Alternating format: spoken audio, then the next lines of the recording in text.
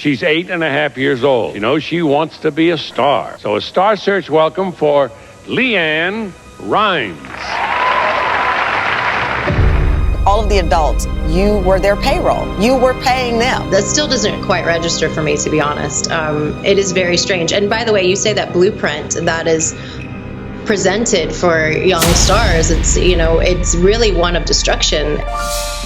13-year-old LeAnn Rimes' first single, Blue, became an instant hit. It hit so fast, it was just a whirlwind. It's like you're caught up in a tornado.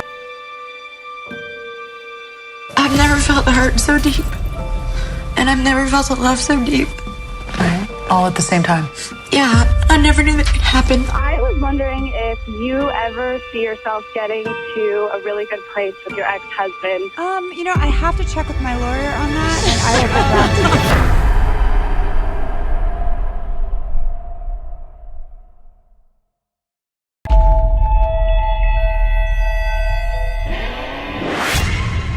you. Hi, I'm Shelby, and welcome to Shelby Search Bar, a series on deep dive where I take you all on a journey through the world's largest database, the internet, and present stories to you that I happen to find interesting. Today, we are taking it back to the 90s and diving into country music megastar LeAnn Rimes. LeAnn Rimes was catapulted to fame at just 13 years old with her iconic yodel, and would go on to break record after record in the country music scene, only to have to sue her very own father after finding out he was triple dipping into her earnings. But what LeAnn might be known for most today amongst the general public is her love affair with Eddie Cibrian that led to a decade-long feud with Real Housewives of Beverly Hills star Brandi Glanville. So grab your floaty and an iced coffee because we're about to dive into the wild world of LeAnn Rimes. Y'all know we are always super busy making content for all of our channels, but this year I want to spend my summer going on adventures. That's why I love today's sponsor, Factor. Factor delivers fresh, never frozen meals right to your doorstep. You can skip the trip to the grocery store and skip chopping, prepping, and cleaning up too. Factor's fresh, delicious meals are ready in literally 2 minutes. All you have to do is heat and enjoy, then get back outside to soak up the sun by the pool. There are 34 chef-prepared, dietitian-approved weekly meal options to choose from. You will never get bored with all the options. Over here at Deep Dive, we especially love Factor's cold-pressed juices and smoothies that are super refreshing when it's hot out. If you want to get extra fancy and elevate eating at home, you can try the new surf and turf meal options like roasted garlic filet mignon and Cajun spice shrimp and salmon. Factor has really helped free up some time in our day, which for me means more time at the beach. So head to factor75.com or click the link in the description box and use our code DEEPDIVE50 to get 50% off your first Factor box. If you want to treat yourself to meals like green goddess chicken and bruschetta shrimp risotto, don't forget to click the link in the description box or go to factor75.com and use code DEEPDIVE50 for 50% off your first Factor box. Thank you so much, Factor, for sponsoring this video. Now let's get back to the rise and fall of LeAnn Rimes.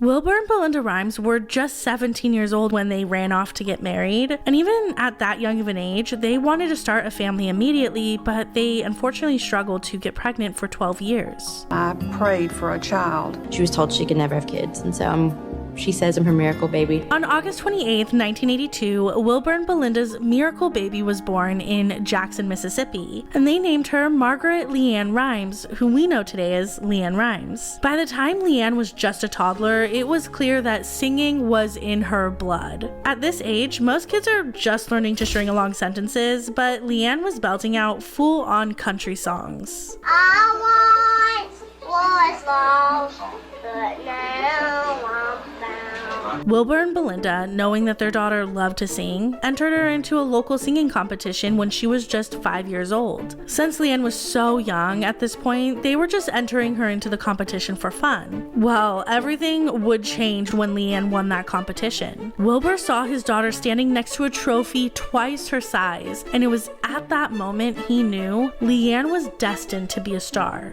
So in 1988, the Rimes family, they packed up all of their belongings and moved from Mississippi Mississippi to Garland, Texas, to ensure LeAnn had as many opportunities to make it in the country music world as possible. Right away, she was enrolled in vocal and dance lessons. LeAnn and her mom even went to New York, where she auditioned for the leading role in the Broadway production Annie, a role she actually almost got. The next step in trying to get LeAnn noticed was to sign her up for Star Search when she was just 8 years old. She actually won the first round, but ended up losing the second round.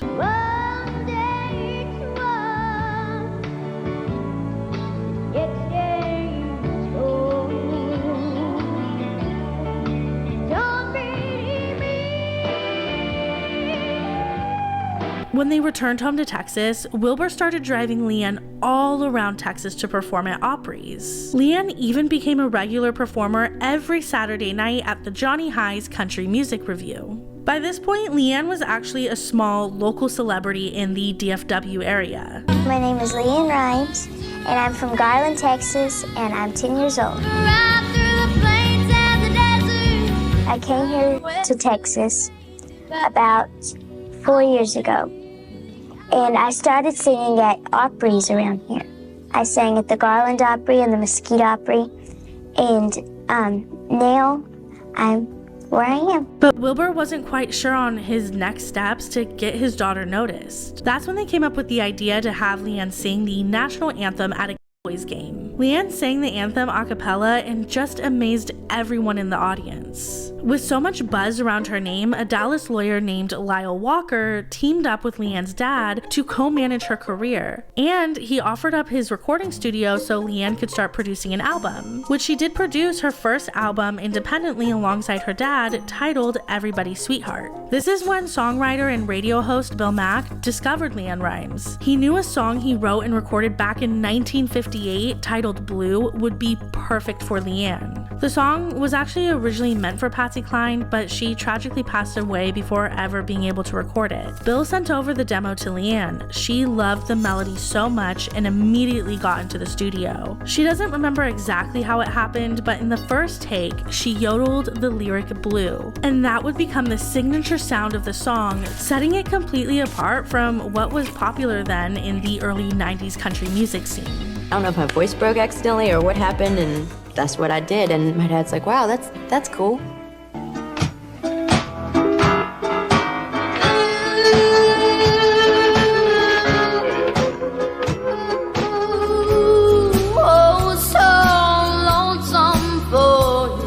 Now, the first version of Blue that LeAnn recorded was in 1994 when she was just 11 years old, and it accompanied a whole new independent album that she produced with her father. In 1995, a showcase for this independent album was set up for LeAnn in Dallas, and there were a ton of country music executives in the audience. LeAnn went up there confidently, she sang her songs, incorporating her signature yodeling, and within a matter of weeks, she scored her first record deal, signing on with Curb Records based out of Nashville. Now, fast forward to 1996, a 13-year-old LeAnn has recorded her first album under a major record label, not only re-recording the song Blue, but titling the entire album Blue as well. But the record label started to run into some problems. Back in the 90s, an artist's success was totally dependent on radio play. Radio stations didn't want to play LeAnn's first single, Blue. They were told by the radio stations that the song was too old school or that LeAnn was just too young. Behind the scenes, it was like some big joke and people were laughing at LeAnn. They were saying there's no way this yodeling 13-year-old could compete with the then wildly popular Shania Twain or Faith Hill. The record label could only get 5 radio stations to play the song Blue, but 5 stations is all it took. Once people heard Blue, they couldn't get enough. The song took off instantly, and radio stations everywhere, including the ones who originally wouldn't play Blue, now were playing Blue non-stop. She did exactly what the song needed, and no, I don't think anybody else could do it like her.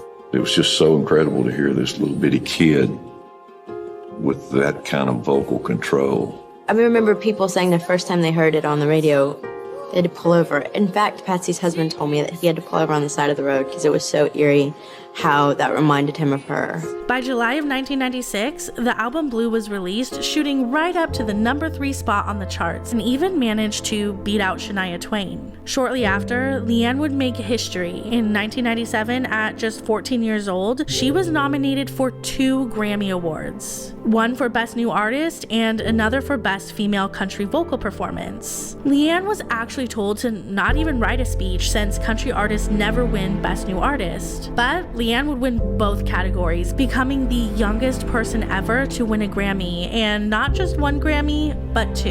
And the Best New Artist is LeAnn Rimes.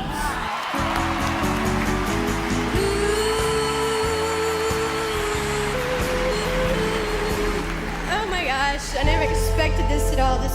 This award means more to me than anything in this world. After snagging 2 Grammys, pretty much every songwriter and producer in the country music scene wanted to work with LeAnn. Diane Warren, an incredibly talented songwriter, had just written a song called How Do I Live, which was set to be used in the Disney movie Con Air. Diane just so happened to bump into LeAnn at a restaurant, which was perfect because she said she had written the song with LeAnn in mind. The very next day, LeAnn was in the studio recording what would be one of her biggest hits of all time, How Do I Live. The song was ready to be released as a single when Disney felt like LeAnn's version of the song was just too pop, and the lyrics were just not believable coming from a 14-year-old. That is when Disney had Trisha Yearwood record the very same song, but with more of a country twist. When Diane, the writer of the song, found out that Disney was releasing the Trisha Yearwood version, she called up LeAnn's record label Curb, and she told them to also release the song. It was like a battle of the songs. Trisha and LeAnn's versions were released pretty much back to back, with Trisha's version topping the country charts and LeAnn's version topping the pop charts. Both versions of the same song were so successful that both LeAnn and Trisha would be nominated for Best Female Country Vocal Performance at the 1998 Grammy Awards, which produced a very awkward moment in Grammy history. LeAnn Rimes was selected to perform the song at the award show, but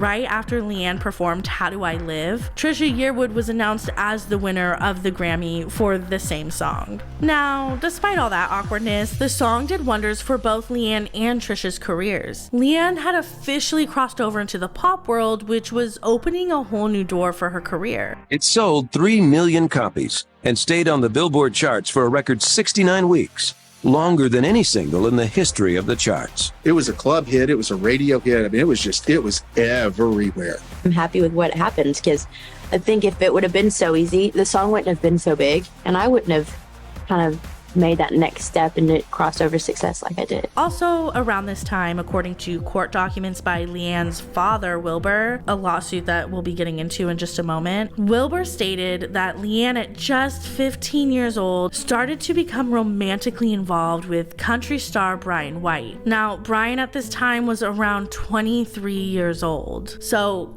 quite the age difference. According to reports, due to this romantic involvement, LeAnn insisted on touring with Brian. So the duo embarked on their 1998 Something to Talk About tour, which was pretty grueling. They performed over 100 shows in just a matter of months. The relationship between Brian and LeAnn was pretty hush-hush, and there are hardly any reports on it. However, LeAnn did briefly discuss it in her 2004 CMT special. She had been a fan of the 90s heartthrob for years. We were very close and very good friends, and so yeah, I guess I had a slight bit of a crush and a slight bit of a weird, interesting relationship.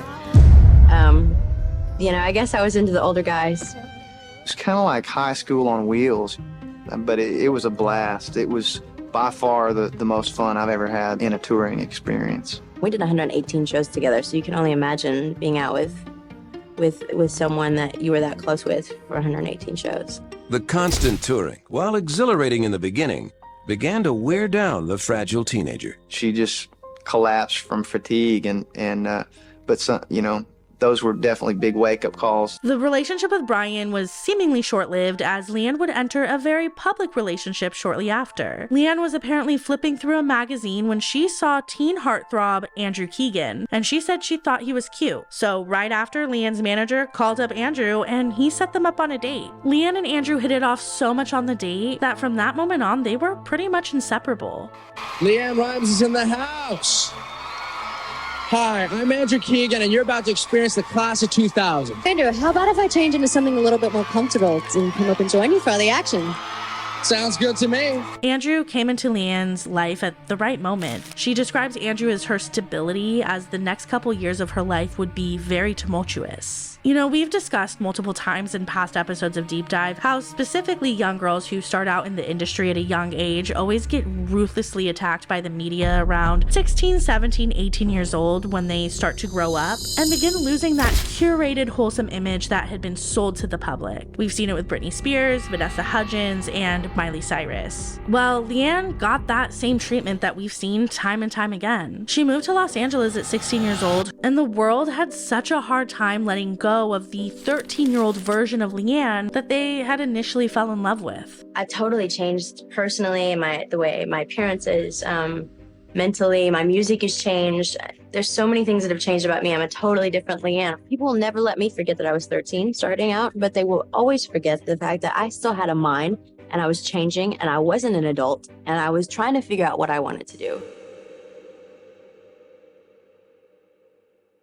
But it wasn't just the world that had a problem with this. It was also the team surrounding her. LeAnn's dad and also manager Wilbur started getting very angry with LeAnn. He felt as if he was losing control of her while she was out in Los Angeles living with her boyfriend. He started sending LeAnn very angry letters telling her there would be consequences if she continued to be in a relationship with Andrew. Now, mind you, at this time, LeAnn's dad was her business manager and also had total control of her money. This is when LeAnn finally had enough. She was done letting people run over her and control her like they had done for years. She was 16, almost 17, and had done around 500 shows, had put out multiple albums. She had won Grammys, CMAs, and Billboard Awards. She's done non-stop press tours and was even getting into acting. Her whole childhood had been non-stop work, work, work. She said at one point she looked around the room and realized she was paying the salary of every adult there. So naturally, she started to question if these people really had her best interest at heart, or is she just a commodity to sell? When you start as a child,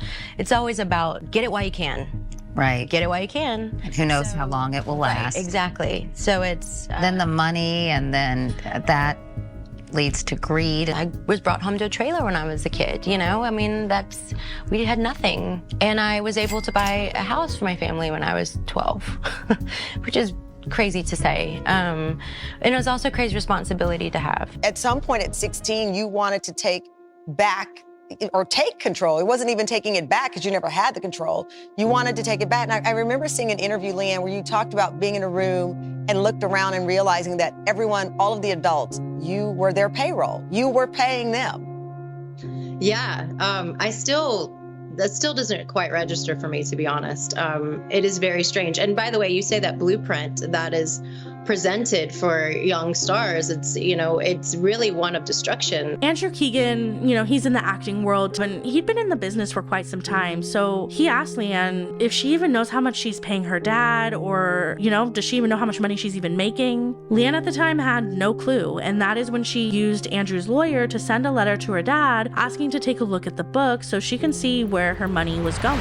At first, LeAnn's dad, Wilbur, refused to show the books to Andrew's lawyer and said that, he could go over it with just LeAnn. However, LeAnn did get her hands on the books and she had accountants investigate. Whatever they found in that investigation, it wasn't very good. And in the year 2000, Belinda Rimes, LeAnn's mother, who has since been divorced from Wilbur, she files a lawsuit on LeAnn's behalf as LeAnn is still a minor. The lawsuit was against LeAnn's father, Wilbur, and co-manager of the business, Lyle Walker. She found out he was getting 30% of her income as a co-manager, another 30% of her record sales, and an additional 10% for being her legal guardian. So he is triple dipping off of her income. LeAnn learns that she made $7 million between the years 1996 and 1999, but her father made $11 million, and her father's partner, Lyle Walker, as co-manager, made $5.5 million. It was really very hurtful. You don't know who to trust. You can't trust yourself. You can trust anyone. The suit claimed that Wilbur and co-manager Lyle Walker defrauded LeAnn by duplicating and augmenting their manager and producer fees. They allegedly conducted some under-the-table dealings with a transportation company and insurance agent that just so happened to be Lyle Walker's son. Essentially, they were accused of manipulating LeAnn's company for their own financial benefit. LeAnn's dad's initial response to the lawsuit is one we have seen before, where Hollywood parents turned managers, quote, mismanage their child's money. Wilbur said he fathered LeAnn, taught her to sing and perform, and that he sacrificed his own dreams to finance her efforts to develop her career into a successful one. Wilbur then decided to file a countersuit against LeAnn, well, technically against her company, LeAnn Rimes Entertainment Incorporated. Wilbur seemingly used this countersuit to air out all of his daughter's dirty laundry to the public. This is where he exposed LeAnn's alleged romantic relationship with Brian White that we discussed earlier in the video. He also said that LeAnn wrecked a $350,000 Bentley, she would use her credit card to buy alcohol, and that she would spend $10,000 on her hair. He called LeAnn a spoiled brat in the court filings, stating that her extravagant lifestyle is to blame for her depleted money. LeAnn would also sue her record label Curb. When she had signed with Curb, a minor contract was in place, making it so her parents had to approve everything. Now that LeAnn was a legal adult, she wanted that minor contract removed so she wouldn't be limited in making decisions about her own career. She said she simply just wanted to be her own person and wants to speak for herself. I'm a little bit nervous, especially with all the publicity I've been getting lately. Lately, I've been around so many lawyers, I was afraid my next appearance might be on court TV. But I'm bummed. You read the tabloids and you hear the rumor on the streets, and it was just this nasty, dirty suing your father. I mean, no.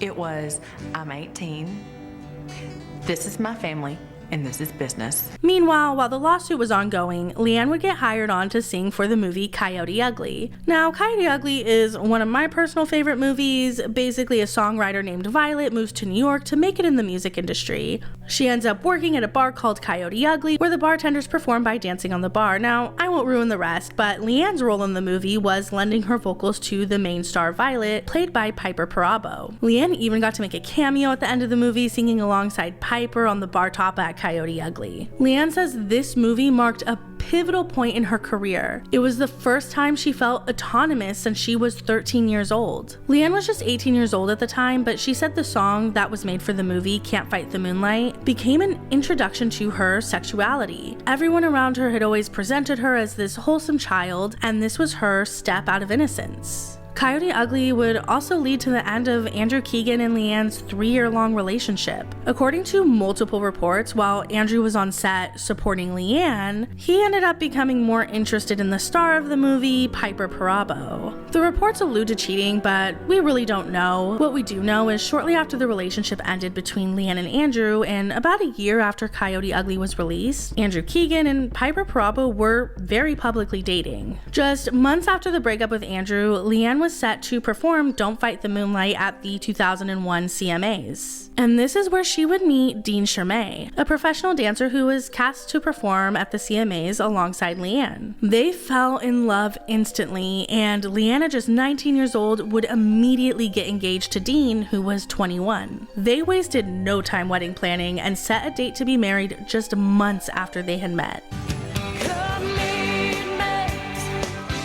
I think he's taught me a lot about who I am and really how to love the way that it should be.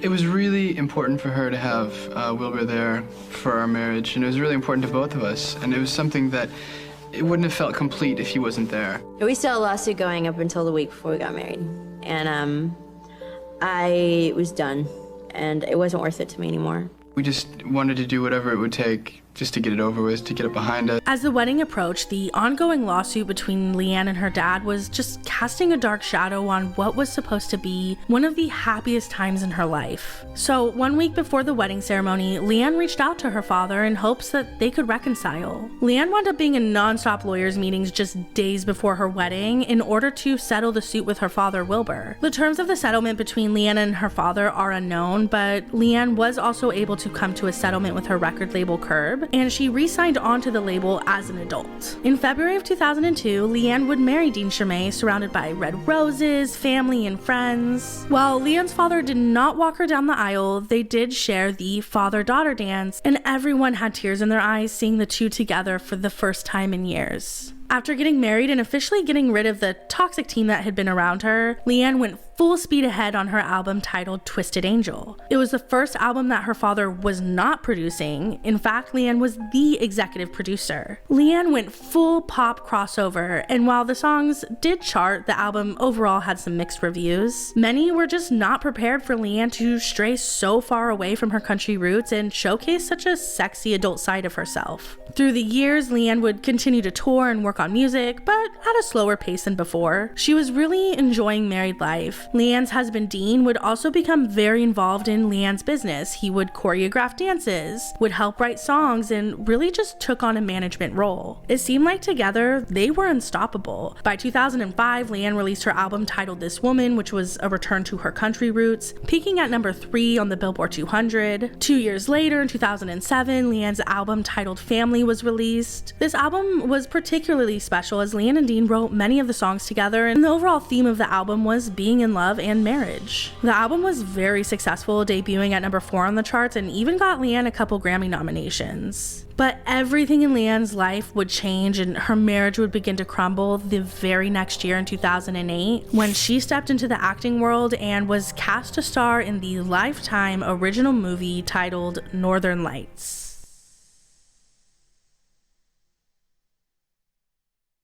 This is my first lead role. I've never actually done love scenes on screen. And it was, we pretty much shook hands and went, hi, nice to meet you. And our first week was pretty intense together.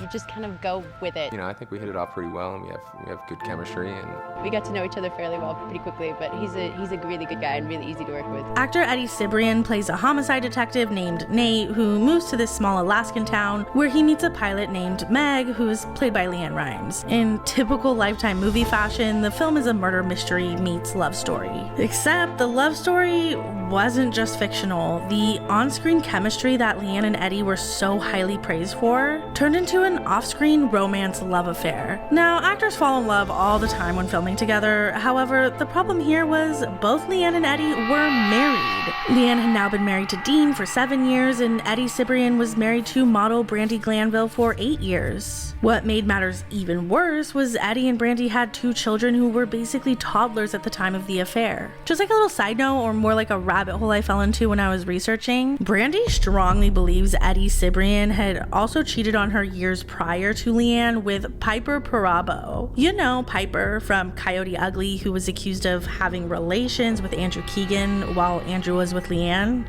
I feel like you were definitely a Coyote Ugly fan, though. No. No? I don't want to talk about it. I don't like Piper, whatever she's with. Oh, what inspired that? Oh, because I think she my husband.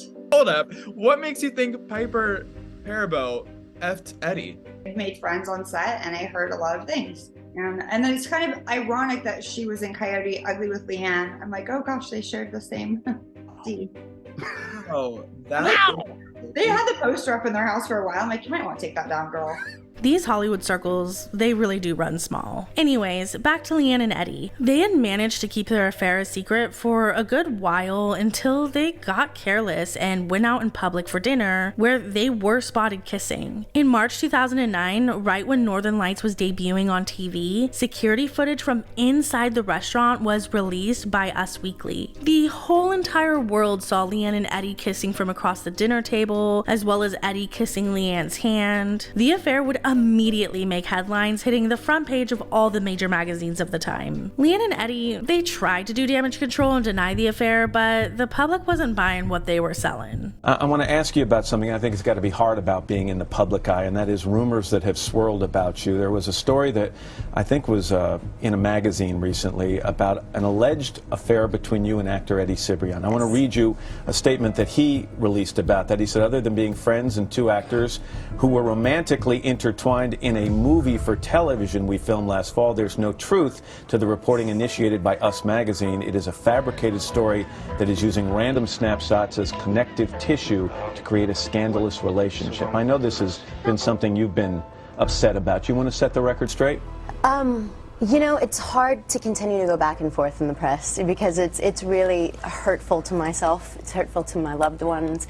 And I refuse to discuss tabloid rumors. You know, it's really kind of amazing what people come up with, but I love my husband very much, and you know, we go through ups and downs like anyone, and we're working on things, and no one's perfect. No one's perfect, but he's an amazing guy, my husband. For a couple months, it seemed as though the couples were laying low and working on their marriages. But in June of 2009, Brandy spoke with Us Weekly where she called LeAnn a stalker. She stated Eddie had changed his phone number to prevent LeAnn from calling, but LeAnn showed up at a Lakers game where Eddie was in attendance. Just 1 month later in July, Eddie and LeAnn were spotted together again. This was reportedly the final straw for Brandy, and she announced that she was leaving Eddie. She also said that LeAnn and Eddie deserve each other. By August, Eddie had officially filed for divorce, and a couple weeks later, LeAnn announced that she too was divorcing. Once the divorces were underway, LeAnn and Eddie went public with their relationship and would be spotted together out and about golfing, vacationing, and at concerts. Fast forward to June of 2010, LeAnn would fully address the affair for the first time. She stated that she did one of the most selfish things that she could possibly do in hurting someone else. That she takes responsibility for everything she did. She hates that people got hurt, but she doesn't regret the outcome. Just 6 months after that, LeAnn and Eddie would get engaged, and they would marry shortly after in April of 2011. I don't think back then anyone could really anticipate how long this affair would follow LeAnn, impacting her career and personal life. For years, Brandy and LeAnn would feud online. Brandy said it seemed as if LeAnn was trying to take over her life, but then also brag about it in a nah, I stole your family kind of way. She felt like LeAnn controlled Eddie and their co-parenting communications, that LeAnn would cross lines on social media like posting pictures with Brandy's sons, and she would use terms like my boys, or LeAnn would tweet how one of the boys was in the emergency room before Brandy was even notified that her son was sick or injured. In 2011, Brandy would become a regular on the Real Housewives of Beverly Hills, and this would bring the LeAnn, Eddie, and Brandy family drama just even more into the public eye. I was married to the #1 douchebag of all time. His name, I'm kidding.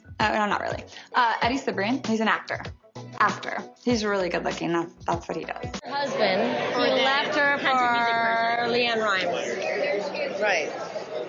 That's her claim to fame. I'm sorry. No, I'm just saying that's the truth. The Twitter fighting between LeAnn and Brandy really heated up in 2012. There are so many tweets between LeAnn and Brandy that we literally could make an entire video just on that. But in a nutshell, Brandy felt like LeAnn was crossing boundaries as a stepmother, and Brandy made that very known on Twitter. LeAnn's response to this was to talk even more openly about being a stepmom, even starting a hashtag called Twitter Stepmoms. Things really hit the fan when Brandy accused LeAnn of being addicted to Adderall. She stated that LeAnn drank like a fish and that she had severe mental issues. There are also a bunch of rumors swirling that Eddie was cheating on LeAnn, and at the time LeAnn was also in the headlines for extreme weight loss, where it was alleged she was struggling with an ED. All of this was just way too much stress for LeAnn to handle, so on her 30th birthday, she checked herself into a 30-day mental health rehabilitation program. You went into a treatment facility, which was very public. What were you coping with that made you go in? It's hard to explain, and I'm not asking for anyone's sympathy. And it's as simple and as complicated as I need to go learn how to deal with myself, with the world. I mean, because everyone's always looking in, and I needed to figure out how to deal with it. Stress and anxiety is exactly what I was going through. Part of LeAnn's stress from a so-called Twitter war last summer with one fan who called LeAnn a homewrecker. A social media war also being waged with Brandy Glanville of the Real Housewives of Beverly Hills, the ex of LeAnn's husband, Eddie. Do you feel like you were bullied on Twitter? It's absolutely insane. Online bullying has to stop. Just because someone can sit behind a computer screen and have a different name and, you know, and hide themselves, they feel like they can do anything to anyone. The question for me is, why is this affecting me so much? So that's why I needed to, you know, I needed to take care of that part. A few months out of rehab, LeAnn was ready to address all the public backlash head on and take control of the narrative. In 2013, she released her album titled Spitfire. This was an incredibly vulnerable album where LeAnn opened up and sang about the affair with Eddie. She would also do various interviews where she would address the affair in hopes that she could finally move past it, as it had been years. No one, because this is Eddie and my personal conversations, will ever understand how much thought and hurt, even towards each other, were put into our decision.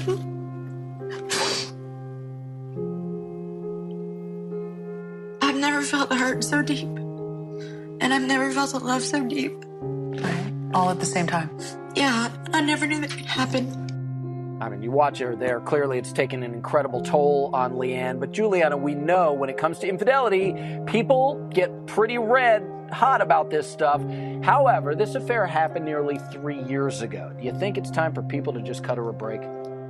I do. And I gotta say, I was one of those people that when the affair occurred, I thought, oh, how could they? Shame on them. And you know what? They're still together, and after a while, you just kind of gotta forgive and you gotta move on. And especially after sitting down with LeAnn and listening to her, this was not something they wanted to do. They didn't want to hurt people. But according to her and Eddie, they were already in broken marriages. With all the attention LeAnn was receiving between her album and interviews, she was offered her own reality show by VH1 called LeAnn and Eddie. The goal was to show the public the real truth behind their controversial marriage. And since Brandy has a reality show to air her grievances, they felt they should have the opportunity as well. I mean, truthfully, I think people will see that how we really are together as a couple. I think they've been fed a story by the media and by the tabloids. They will get authentically, who we are. It's not about fighting and drama and all of that stuff. I mean, we really went out to make a completely different show. The show kind of backfired, though. It could have been a real opportunity for LeAnn and Eddie to show a truly vulnerable side of themselves, but in the show, they took every opportunity to make passive-aggressive remarks aimed at Brandy. The show was inevitably canceled after one season, just due to poor ratings. And the family feud between all of them would seem to continue on for years, just not as intense as it once was. Brandy and LeAnn's ex, Dean, even appeared on a show together called My Kitchen Rules, as after the divorce to LeAnn, Dean had actually become a very successful chef. It's the #1 show in Australia for many years, and they decided they liked it so much they're gonna bring it over to the States, and they asked me to be a part of it, and I asked Dean to be my partner, and then it all just went to What happened? He happened. I wish you were impressed with me. I wish you trusted me. I do trust you. I wish you trusted me. I wish you. Oh my God. It's not a trust Just issue. because I ask you a question doesn't mean I don't trust you. It's just me. Then finally, around 2018, it seems like LeAnn, Brandy, and Eddie, they had finally found some common ground, putting an end to the infamous feud that had lasted literally almost a decade long. You and LeAnn, also, it seems like you're in a better place now. A lot of social media messaging about to each other back and forth. Yeah, something happened with my children, and it kind of just brought Eddie and LeAnn and I together. And we just had to be on the same page. And we realized that we're the adults here and we have to act like adults. And I've been ready for this for so long. I really have. I'm sure it's exhausting. It was. And it's great. The kids are the happiest they've ever been when we're united. Fast forward to 2020, LeAnn went on the show The Masked Singer and became the season 4 winner. She said in an interview, singing anonymously helped her shed her public image. It was a way for her to connect with people without a preconceived storyline. Growing up in the spotlight and being a mega superstar at just 13 years old, it really stole LeAnn's childhood. Then every mistake she made moving forward was right in the public eye, making headlines. To this very day, it is still difficult for LeAnn to fully shake the Homewrecker label, despite having just celebrated her 12th wedding anniversary. LeAnn says after years of therapy, meditation, and self-reflection, she finally knows who she is and feels whole. It has been a quarter of a century since LeAnn hit the scene with the iconic song Blue, and despite the public turmoil over the last decade, LeAnn will always be known as one of the greatest country artists of our lifetime.